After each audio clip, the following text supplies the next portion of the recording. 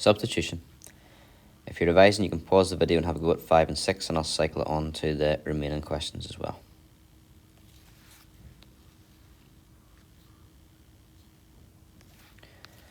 Okay, substitution means replacing the letter with the number that that letter is assigned to. So we're told here in the question that A is 3, B is -2, and C is 5. So when we're doing this question here with 3A plus B, we can replace the A with 3 and replace the B with the -2. It's good practice to put brackets around the number that you've substituted. It's not always necessary, but it can be very helpful. So we've got 3 times 3, which is 9. We're adding -2, which means we're taking away 2. Sometimes it may help if you think of these two signs are together and you have to reduce that down to one sign, which would be a negative sign. So 9 take away 2 gives you the final answer, 7. Part B, we've got 3 multiplied by C, which is 5, plus 10 times B squared, which is -2 squared.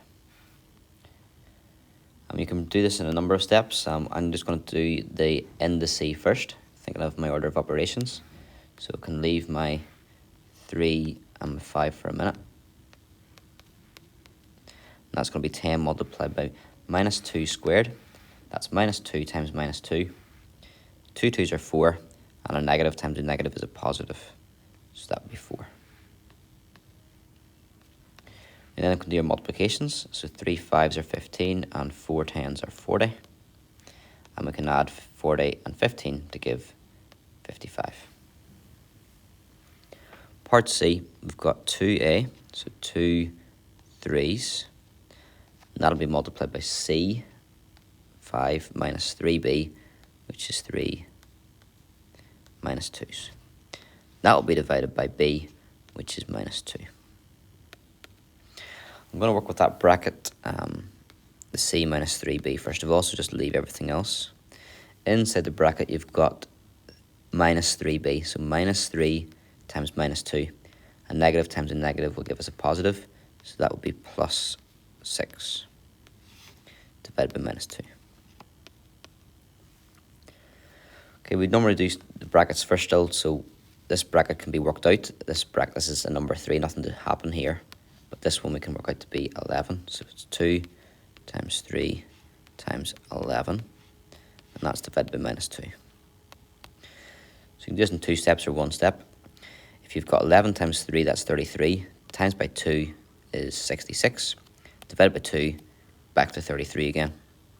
And you'll notice I missed out the negative sign. We've got a positive number on the top divided by a negative number in the bottom.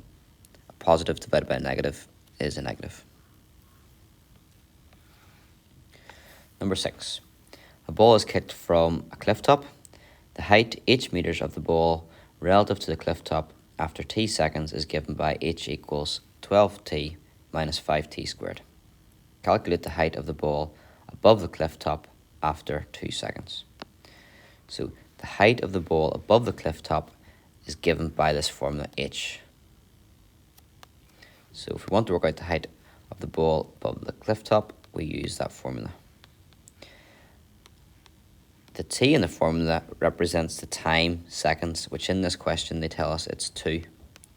So 12 2's minus 5 2 squared. Again, I'm going to work with the indice first. The t squared, that's 2 squared. So it's 12 2 minus 5 times 4. We can then do our multiplications. 12 2's is 24, and 5 4's are 20. 24 take away 20 is 4. So it'll be 4 meters above the cliff top after 2 seconds.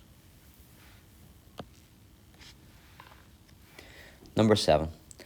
A plumber charges a call-out fee of £50 plus £18 for each hour worked. Write a formula for the total charge for working n hours.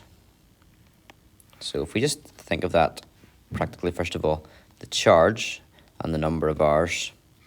So if 0 hours are worked, there's no need to apply the £18. It's just going to be a £50 call-out fee. If 1 hour's worked, then that's going to be £18 more, so that'll be £68. If 2 hours of work, it's another £18, which is 70, 80, £86, and so on and so forth. So the formula is going to be, there's going to be always a 50 at the start, plus then you need to just add on as many 18s as you have hours worked. So that'll be 18 multiplied by the number of hours, which is n. So for example, if you have no hours, 18n would be 0, so you just get 50.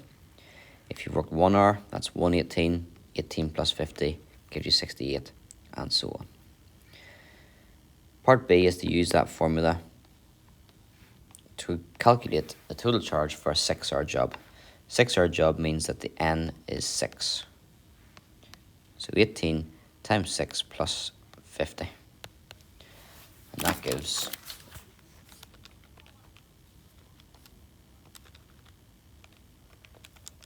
158. That's a cost, so that'll be pounds.